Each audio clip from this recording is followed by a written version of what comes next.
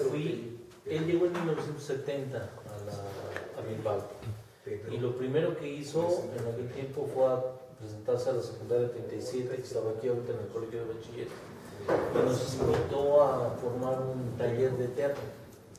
Obviamente los chamaquitos todos nos enriquecimos, todos los de secundaria de tercero, y bueno, a uno nos tocó de principio, pero a otros después ya nos tocó, y ya nosotros nos mantuvimos hasta 1975 más o menos. Fue una época muy interesante.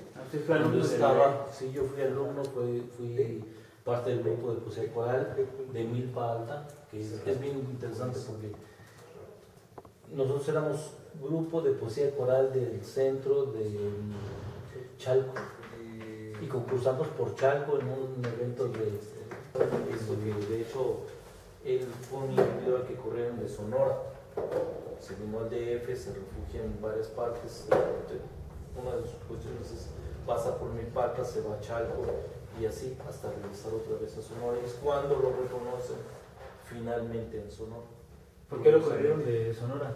¿Cuál fue el motivo de que...? Él dice que es un factor del Opus Dei y su homosexualidad, básicamente.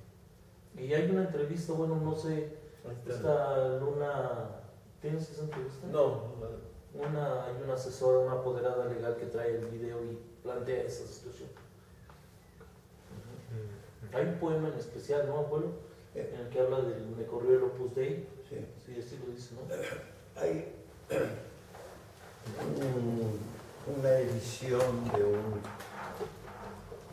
una revistita local de Sonora, donde habla de que regresa a su tierra después de haber sido un niño único, mimado, con ciertas tendencias de identidad sexual diferente, entonces es objeto de vituperios de parte de los compañeros y de incluso del personal.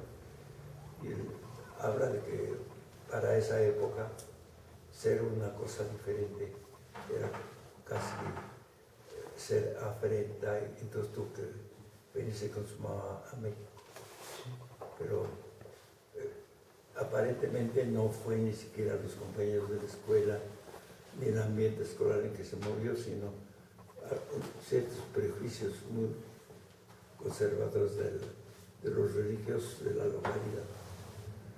Eso es lo que encontré en un parrafito, que los tengo por ahí, pero es que tengo tantas cosas al respecto de Abigail que hay cosas muy...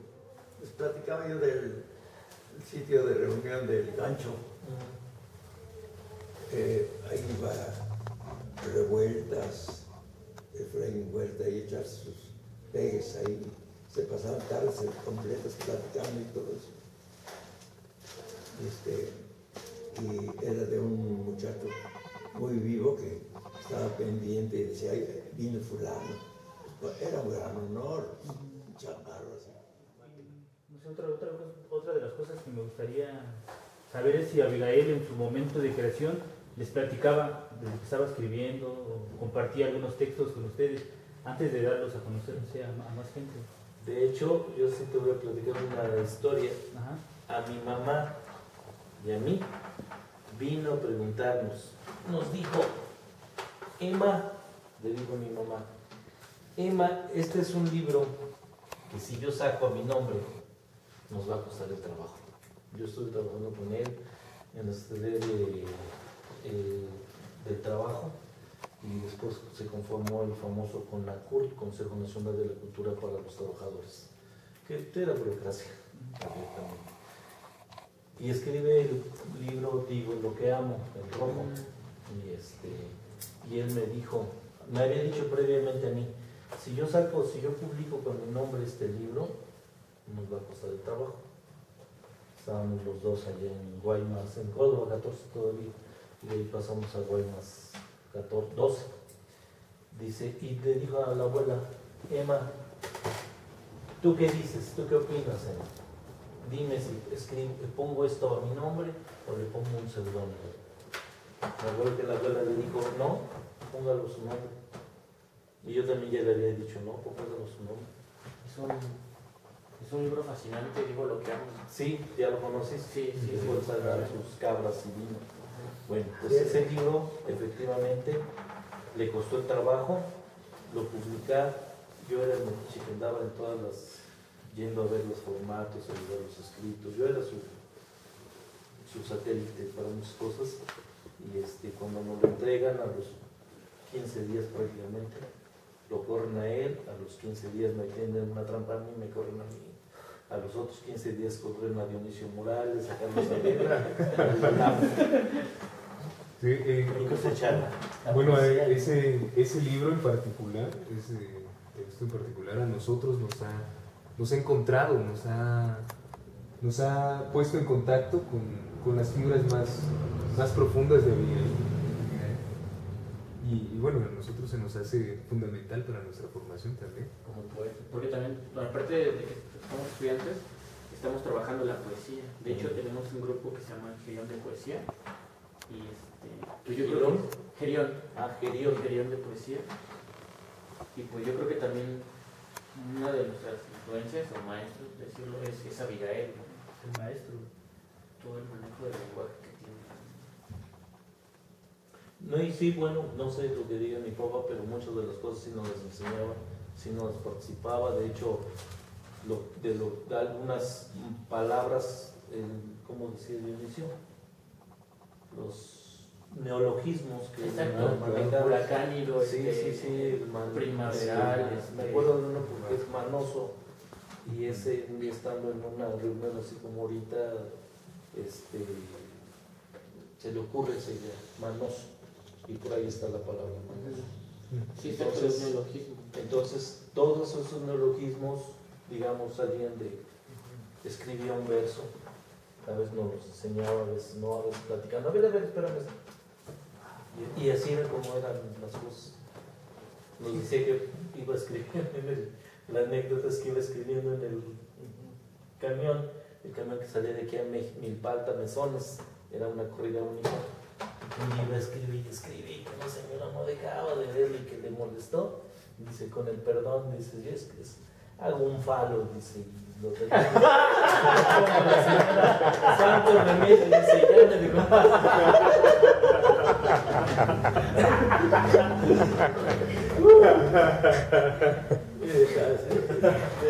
Tiene mucho sentido del humor también. Sí, no tienes idea. Y de hecho en su poesía se siente, en Crónicas de Chalco, trabaja mucho el epigrama. Es un género de la poesía que se presta mucho para el humor. Sí, en una entrevista que le hicieron cuando jugó en un concurso, la época más dura, ¿te acuerdas que Floreno ya corrido de Opitlo, había corrido del seguro y no tiene dinero? Dionisio vino a hacerle la entrevista, no sé si todavía salió siempre o no sé cuál trabajador Dionisio, Universal creo, y le pregunta Dionisio, ¿qué sientes? Bueno, ahí se dice, ¿qué siente de no haber salido concursado? Bueno, dice, yo me tengo que amarrar el cinturón, dice, y si hubiese ganado, no estaría haciendo la entrevista, porque le robaron el concurso. Abigail nos planteaba cómo el gobierno era tan sucio, cómo desaparecía la gente, porque él era un crítico y también era a la vez un refugiado de no ser desaparecido, ¿no? Porque era un crítico al sistema. Abigail fue un crítico al sistema, hablaba de Vietnam, habló de la represión de Díaz Ordaz, y en ese momento nosotros tocó ver mucho lo del 71, lo de los halcones, lo de todos los movimientos magisteriales, y él los abordaba de una manera muy crítica, mucho a conciencia, y siempre era su temor, ¿no? Él siempre decía que a lo mejor no iban a desaparecer porque él era un crítico, o él decía que era un blasfemo del sistema, ¿no? Esas eran sus palabras, yo soy un blasfemo del sistema, y Abigail lo abordaba, ¿no? Y incluso en sus escritos por ahí menciona mucho esa rebeldía contra Díaz Ordaz, contra Echeverría. Cuando Echeverría le da el trabajo, fue cuando estuvimos en Los Pinos, ¿no? De hecho, él la odiaba a Echeverría porque decía que era un lobo disfrazado, ¿no? O sea, él siempre lo manejaba así. Y era muy crítico y muy su postura muy, y eso le costó también que nunca estuviera reconocido ni amado por el sistema, porque siempre fue un crítico de decir, es que tú eres del sistema, eres esto. Sí, nunca fue tomado, ¿no? Para estar formando las antologías. Por ejemplo, Omnibus de poesía, ¿no? Que hizo Gabriel Cerda y no aparece Bojor. O en el epigrama, que también Sí, trabajó él, también no aparece. Pero fue su postura crítica siempre al sistema, y los otros sí se acomodaron al sistema, ¿no? A no tocar al sistema, ir. ¿Cómo fue que Bojor, bueno, después de que viene de Sonora y llega a Milpalta, se une como al ámbito, primero se une al ámbito de la cultura y luego entra como, bueno, me refiero a cómo entra a la burocracia, si puedo decir la burocracia de Bojor? No, ya venía con un empleado del seguro. No, de lobby. de Bellas Artes, entra a Bellas Artes. Entra a Sí, trabajar se en Bellas idea Artes. como mecanógrafo. De hecho, hay unos poemas, no sé si los Sí, conozcan, del oficio del oficio de poeta. poeta y de... Bajo la lluvia. No, las canciones por Laura. Pero el del oficio de poeta, sí, que ahí es viene mecanógrafo, ¿no? todo, prácticamente toda su vida. Nada más hay que, ahora sí, verla bien ahí. Habla del 68, habla de Saigón, inclusive, de Vietnam. Habla de Martin Luther King todavía. Sí, Entonces ahí está, en esencia, ahí está su problema. ok. Te digo, nosotros llega en el... Yo soy del 70, soy 68, 70, soy del 70. Llega en 70 y en 70 se desata, te digo, todo esta asociación de haberlo conocido. Y entonces empieza a haber todas esas conexiones con todo el mundo. Ahí es cuando se desata hasta ese momento. Nosotros también aprendimos a conocerlo a través de su poesía, a través de las reuniones, en este caso. Pero nuestro primer contacto con él fue exclusivamente trabajo. Nosotros nos conoce y casi al mes estamos estrenando la primera obra que era La Fauna, ¿te acuerdas? Esa primera obra. Y de eso hicimos 4 obras principalmente. La Fauna, si no mal recuerdo, Banderitas de Papel Picado, en ese orden. Luego La Cantata del Miserable, y la última es La madre. La Madrugada del Centavo. Madrugada del Centavo. Sí, Y con esa, precisamente por esa serie de conflictos políticos, como que también ya sabíamos que estábamos tachados o no éramos bien recibidos, entonces como que nos empezamos a atomizar más. Pero si hubiésemos ganado ese concurso, nos hubieran dejado concursar, otra cosa sería. Sí, ¿no? En ese momento, sí. Pero es maravilloso, ¿no? Que ustedes, siendo todavía unos niños, ya estaban empapándose Sí, de ese hombre, ¿no? Había niños de 8, 9 años ya trabajando, ya nos tocó, a ellos también les tocó. Hasta que iban a acampar allá, íbamos afuera del piano. Hemos llegado, es que hasta ahora es un poeta de culto, porque sí es conocido, pero pues no como se merece. Sí. Pero tenemos ese presentimiento de que algún día se va a reivindicar y va a tener pues el espacio que merece su obra en el país. Entonces prácticamente no tenía una preferencia para hablar de algún autor, sino él investigaba. Eso era una parte muy importante con los poetas. Todos los libretos están basados en una investigación. A lo mejor era uno de los pocos investigadores que se dedicaban a compilar toda la poesía, por lo menos la nacional. Había hablado, sí, teníamos poemas de Neruda, metía una pequeña frase y le cambiaba a Federico García Lorca y así se iba. Por eso yo creo que no era tanta su fascinación por un X o por Z, sino al compilarlos ya los chutaba y los conformaba de tal manera que tuvieran fonética, tuvieran continuidad y fueran atractivos a los escuchas. Pues hacer una selección para Exacto.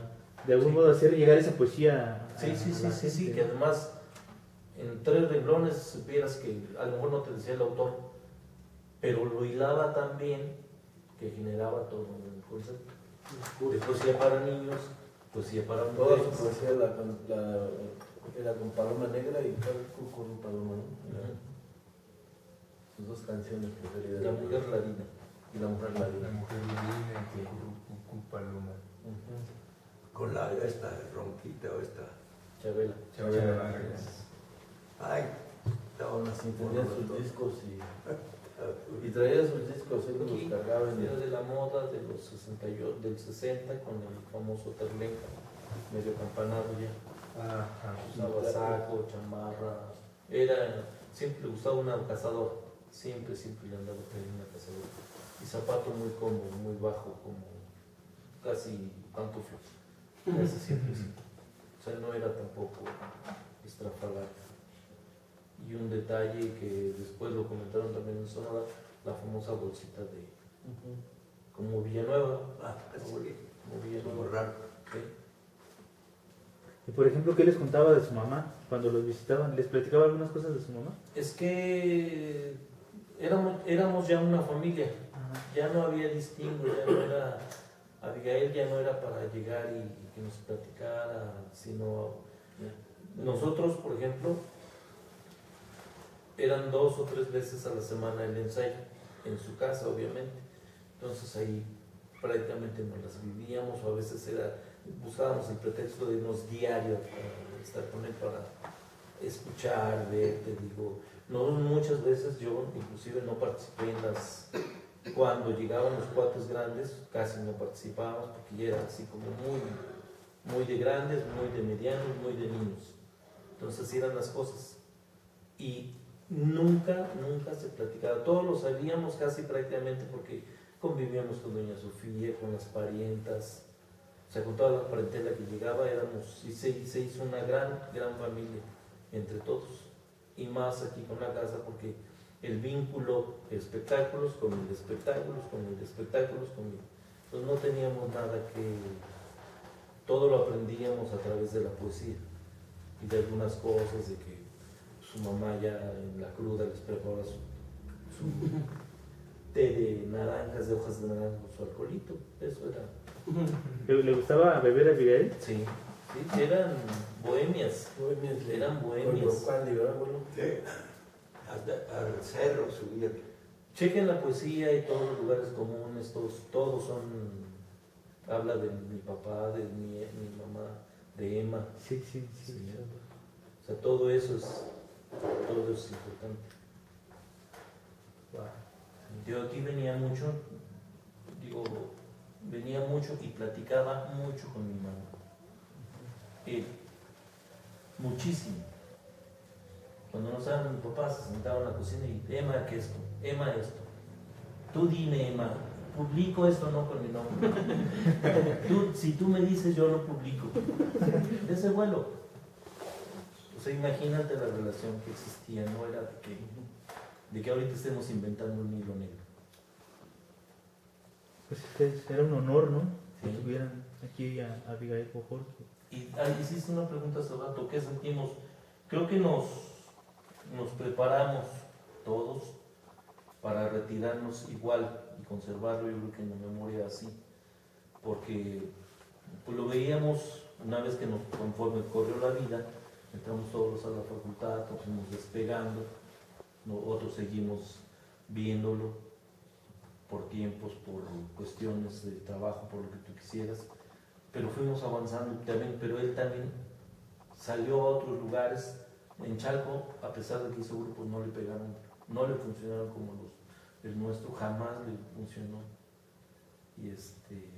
Y todos nos fuimos disgregando, todos seguimos el camino, nuestro currículum. Pues, Hasta él también, porque luego ya volvió al norte, ¿no? Unison, ¿no? Ahí murió, fue en Sonora. Sí, donde Sí, no quiero ver las razones de su muerte, pero ustedes saben cuál es la... ¿De qué murió Abigail? Él lo menciona en su poema, ¿no? Lo descubrieron ya muerto en su cuarto. sí, probablemente un infarto. Infarto. Sí. Pero no hay nadie que te pueda escribir al vino como yo lo hago en 100 leguas a la redonda. ¿No? Soy el único poeta de Sí, hemos comentado mucho esa parte. Lo imaginamos incluso escribiendo, no sé, lo más alto del cerro, ¿no? Así lo imaginamos. Sí, allí en Coyoacán. Allá en Coyoacán. ¿Ahí subía a Sí. escribir? Es un terreno que tiene mi papá y ahí se subía en las mañanas y se sentaba con garrafón de pulque bravo. Sí. Y tenía un jorongo, se ponía un jorongo, ¿verdad? Cuando subía al cerro, que hacía mucho frío, su morral, y sacaba su y escribía y su pulque, y se sentaba horas y horas. Y escribe en cualquier momento, siempre andabas con su libro. Sí. De hecho menciona también el Teutli, Sí. acá en Tulli. Supongo que también iba para allá. Esa era la corrida que te digo. Visitaba el panteón a medianoche.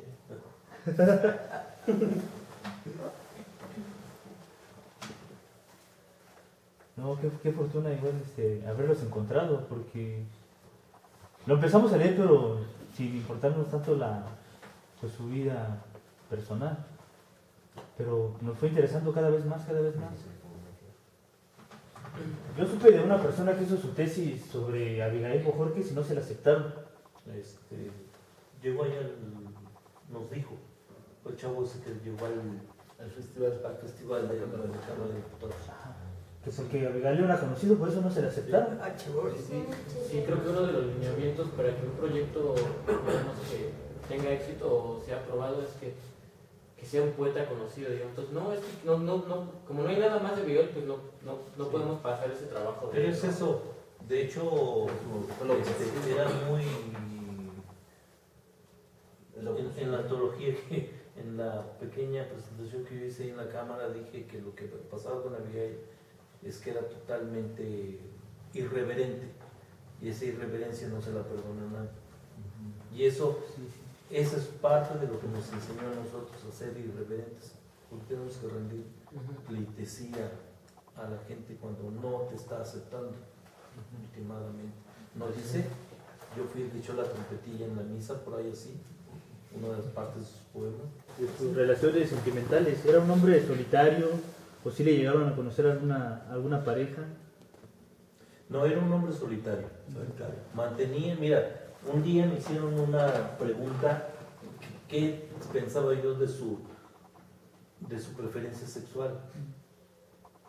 Ahorita y hace tiempo, yo te puedo decir, no pasaba nada. No nos llamaba la atención. Nos criticaron en su momento, hubo grupos de gente, a quien quieras, grupo de gente que nos criticaba abiertamente, pues son unos pinches maricones ustedes porque se juntan con él, de ese vuelo. Nosotros no nos venían y nos iban.